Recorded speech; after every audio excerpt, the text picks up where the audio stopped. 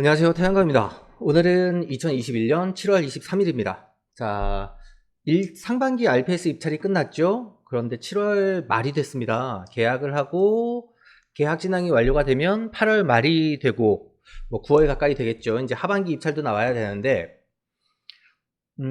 몇 가지 소식들을 조금 전해드리려고 합니다. 그 전에 일단 요번 주 REC 시장 통계 내역들부터 한번 확인을 해보고요.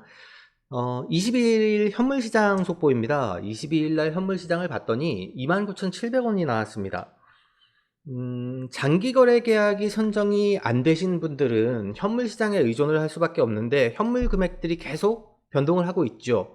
그래서 어려움이 많으실 거라고 생각이 되고, 야, 이게 장기적으로 오를 것 같은데 왜 계속 떨어지냐 라고 말씀을 하시는 분들은 제 지난 영상 RPS 정책의 목표가 무엇일까요? 이런 것들에 대해서 얘기를 많이 해놓은 영상이 있어서 그거를 참고하시면 되고, 일단 현물 금액들이 변동이 되는 건 사실은 S&P랑 어느 정도 연동이 된다라고 생각을 하시는 게 조금 편하실 겁니다. S&P 금액들이 평균가가 올라가다 보니까 사실 연동이 되지 않아야 하는데 정책적으로 움직일 수 있는 금액들이 많다 보니 S&P가 평균 90원대가 나오고 S&P 금액들이 조금 움직이면 아무래도 REC 금액이 조금 더 떨어지지 않을까.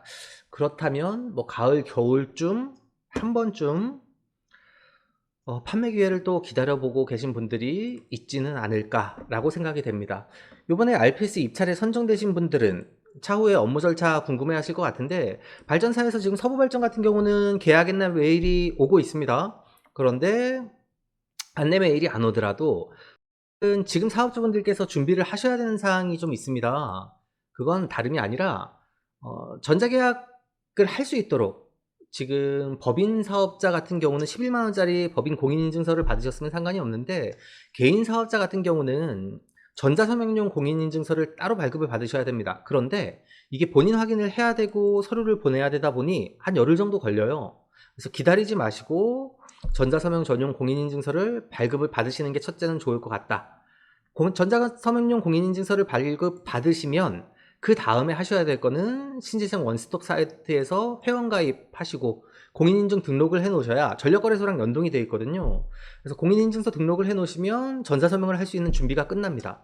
그런데 바로 전자서명을 할 수 있는 게 아니라 발전사에서 계약서를 초안을 업로드를 해 놓을 겁니다. 그럼 계약서를 받아서 서울보증보험 등을 상대로 보험 체결을 하고, 야, 거래상대들한테 왜 우리만 보험 체결을 해야 되냐, 보험 계약을 들어야 되냐, 이런 것도 사실은 좀 불합리한 상황이라고 보입니다.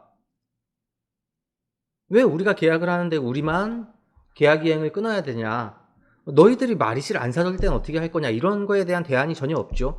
그런 얘기를 하는 사람도 없고.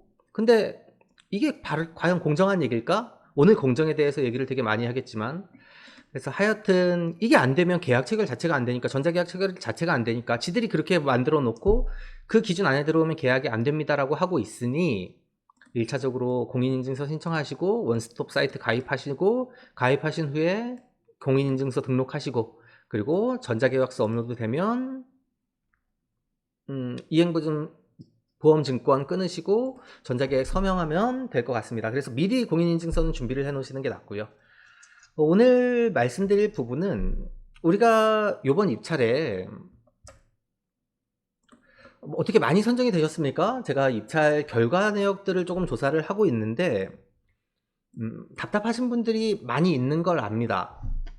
쭉 보면 얼마 정도에 선정이 됐다, 얼마 정도에 떨어졌다라고 얘기들 많이 하시는데, 제가 조금 살펴보니까 일단 너무 높게 선정되셨다고 하시는 분들은 또 가끔 계시고, 근데 저희가 확인한 금액들은 거의 중간 금액대에 선정이 된 것 같고, 큰 변동은 없었고 1등급 신규가 예상보다 훨씬 높게 선정이 됐다 정도. 그래서 공정성에 대해서 제가 정말 많은 얘기들을 하고 있습니다. 오늘도 그 연장선상에서 얘기가 나와야 될 것 같은데요. 일단 이거는 착지를 하고라도 제가 이거에 대해서 오늘 얘기를 하려고 했는데, 이거보다 먼저 얘기를 드려야 될 것들이 있을 것 같습니다. 이제 요번에 입찰에서 많이 선정이 탈락하신 분들이 많이 계시다 보니까 입찰 결과 발표를 쯤해서 수의계약 물량들이 얘기가 나오는 게 있습니다.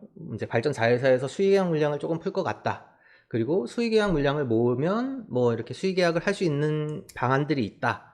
라는 얘기들이 몇몇 발전사에서 나오고 있고, 저도 사실은 저희 구독자뿐만이 아니라 저희 카페에 계신 회원분들도 장기적으로 선정이 안 되신 분들 조금 좋은 가격에 될 수 있을까 하고 관심을 기울이다 보니까 혹시나 이런 물량을 좀 구해줄 수 있느냐는 의뢰도 받기도 하고, 저 같은 경우는 항상 똑같습니다. 우리 사업자가 좋은 조건으로 들어갈 수 있다면 물론 할 수 있다. 그런데 수익계약 물량이 나오는데 수익계약을 한 1메가씩 연결을 해주고 중간에 돈을 받아가는 사람들이 항상 있습니다. 이익을 취하는 사람들이. 그리고 수익계약 물량을 시공업체에서 모으면, EPC사에서 모아가지고 가면 EPC에서는 거의 그냥 공사를 해주는 조건으로 수익계약을 연결을 해주겠죠. 제가 불만인 것들이 조금 이런 것들입니다. 입찰 들어간 사람들은 다 바보냐? 왜 수익계약 물량은 아마 발전사 입찰, 에너지관리공단 입찰이 아니다 보니까 탄소 등급의 영향을 많이 안 받겠죠. 안 받을 거라고 예상이 됩니다. 첫 번째, 탄소 등급의 영향을 안 받고 그냥 계약이 가능하고, 중간에 두 번째, 피라고 얘기를 하지만 브로커 비용들, 뭐 소개비, 뭐 이렇게 얘기를 할 수 있겠죠. 그런 비용들이 들어가고, 금융 비용들이 들어가고, 또 뭐 여러 가지 O&M 비용들이 추가가 될 수가 있겠죠. 이런 것들을 계산을 했을 때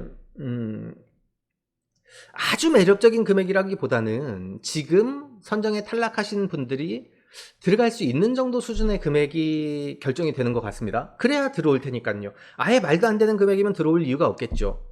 그래서 그걸 업체들이 지금 물밑에서 여러 군데 모으고 있는 걸로 알고 있고, 뭐 거의 500km, 제가 지난번 영상에도 살짝 언급을 드렸습니다.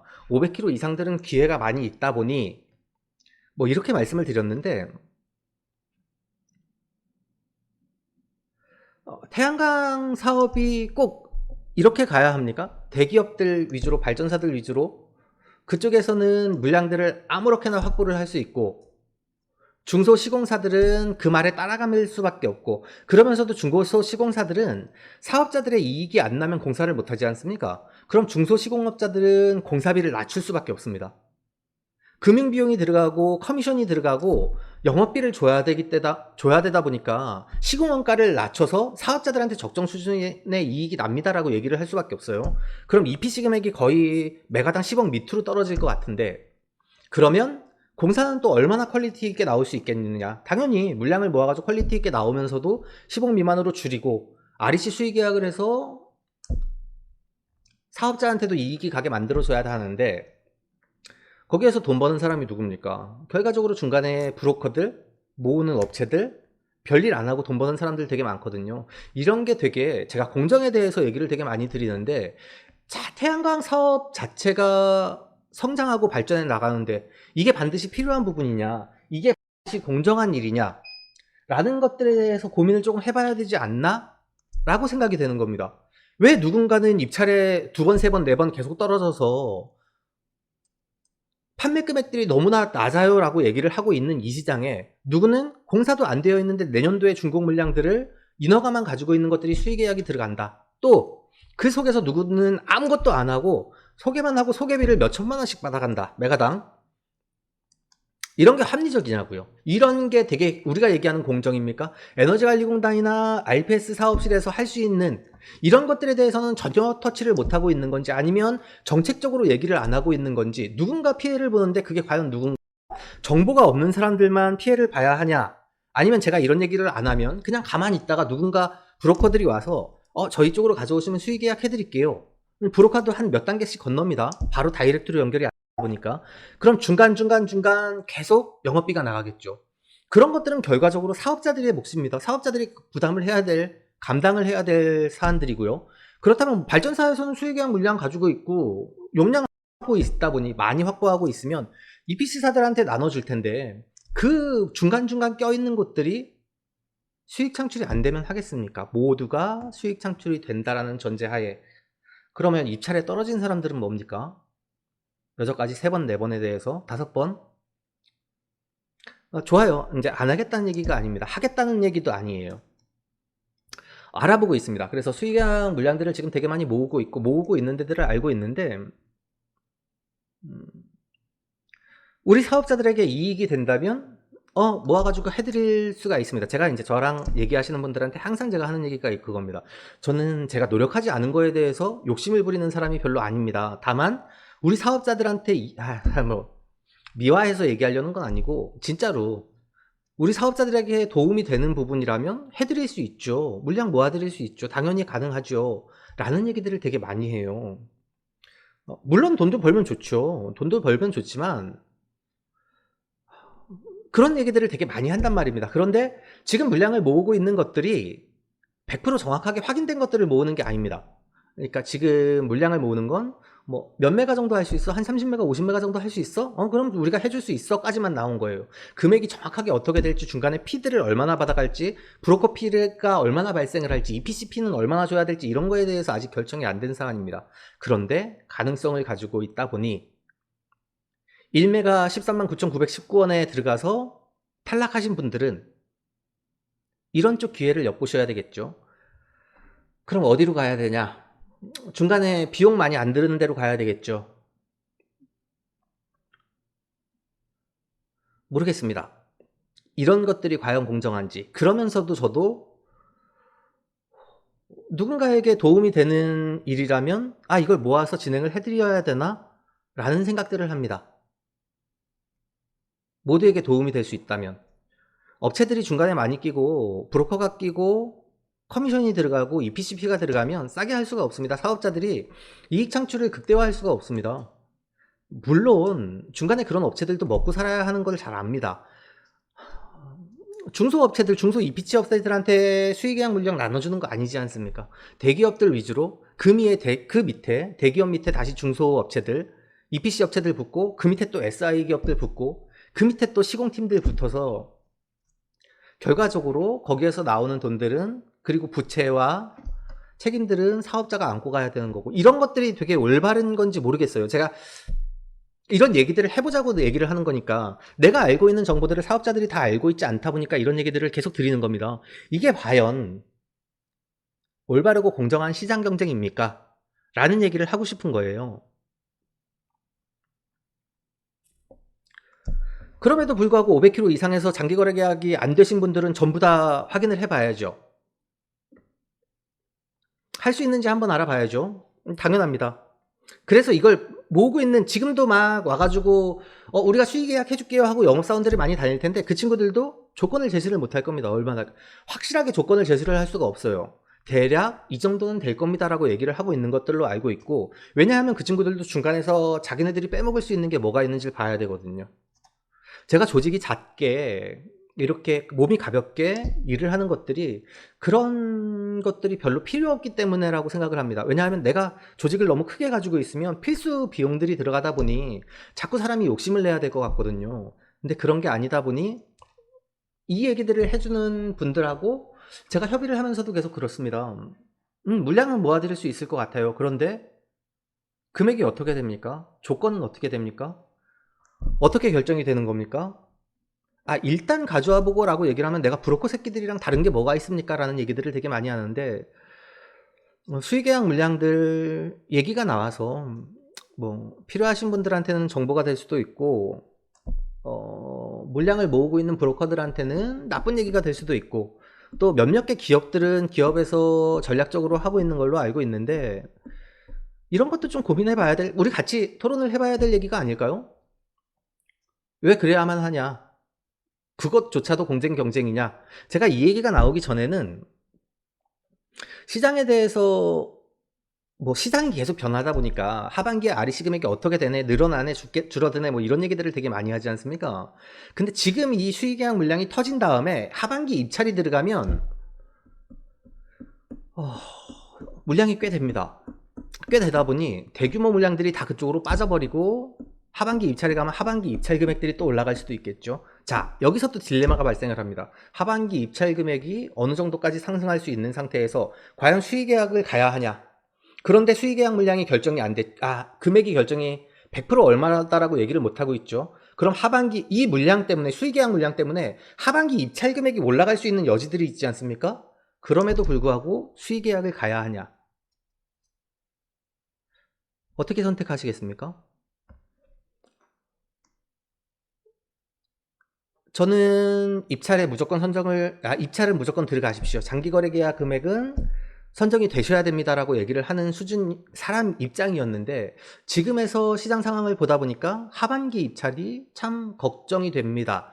걱정이 된다는 게 어떻게 들어가야 할지, 또는 하반기 수의 계약 물량 때문에 하반기에 선정 금액들이 엄청나게 올라간다면 상반기 입찰에 선정된 사람들은 어떻게 해야 하는지, 자, 이런 얘기들을 공개적으로 해도 되는지도 모르겠어요. 그런데 누군가는 해줘야 될 거 아닙니까? 왜 정보가 한정적으로 특정한 사람들에게만 정보가 몰리고 그 사람들만 아무런 노력 없이 돈을 벌어야 합니까? 그런 건 아니겠죠. 한번 고민을 해보시죠. 이 얘기에 대해서 제가 시작을 했다 보니 중간에 진행사항들도 공유를 해드리려고 하고, 뭐 공유할 수 있는 부분에 대해서만 공유를 해드리는 거겠죠.